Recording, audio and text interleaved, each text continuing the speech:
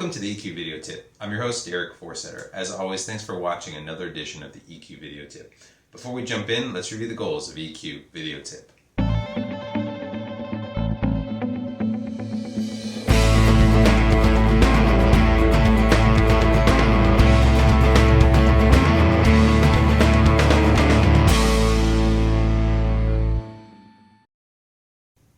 What's on tap for today? Well, we're going to talk about how to overcome your fear of public speaking and to really just stop thinking about yourself when you're speaking. And it comes to us from Sarah Gershman. And let's think about it. You're about to give a big speech and you think, I don't like being watched. I don't like eyes on me.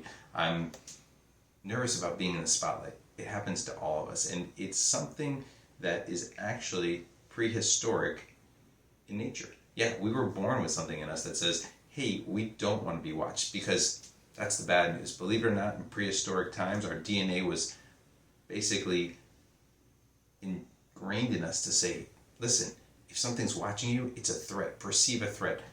Maybe it's a lion out there. Maybe it's something else that's going to attack us. But if their eyes are on us, we need to go and run away back to our cave. That's how we were perceived. And what do we do today to protect ourselves? Well, we stare down at the floor, or we look at our notes, or we look at our PowerPoint, as opposed to focusing in on the audience. We're going to jump in, get some great tips from Sarah on how to overcome this and how to calm our amygdala down and become better at what we're doing.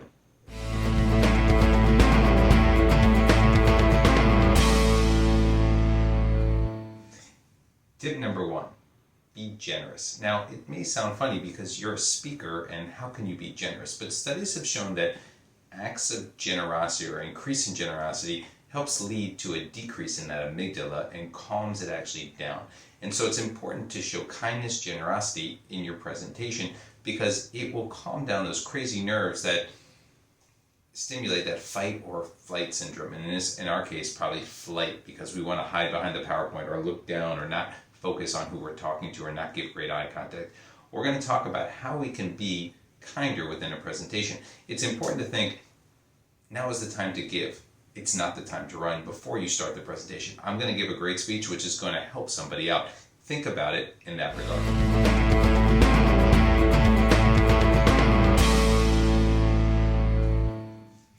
Tip number 2, speaking of thinking, think about the audience. Ask yourself, why are they there? Who are they?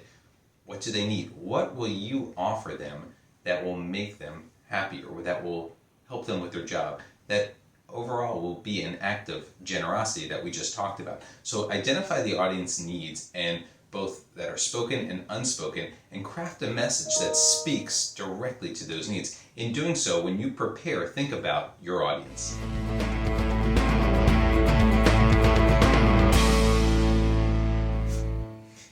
Tip number 2, refocus your brain. And this is a really hard one, because right about time that you start thinking, I'm going to fail, or what if I fail, or what if I make a mistake, that's when your amygdala flares up. Instead of saying to yourself, what if I make a mistake, say to yourself, brain, this presentation, it's not about me, it's about the audience. It's about helping my audience out. If you refocus your brain that way, over time your brain will get used to it and become less nervous. Again, think about refocusing your brain on how am I going to help the audience out, and the presentation is not about me, rather it's about the audience.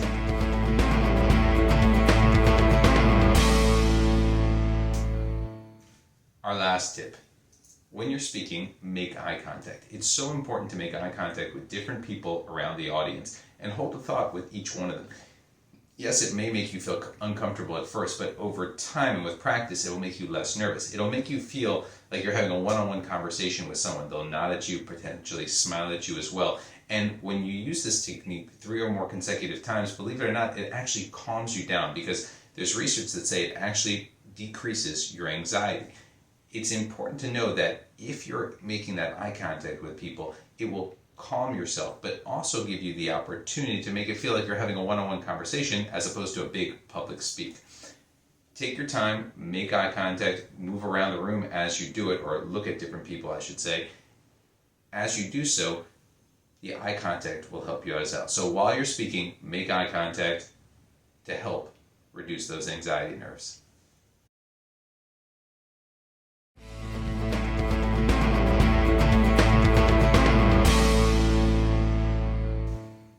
That's a wrap for this week's EQ video tip. Hopefully the tip helps you in terms of calming yourself and getting ready for those big presentations. Remember, take these tips, customize them, make them yours, and of course, use them to the best of your ability.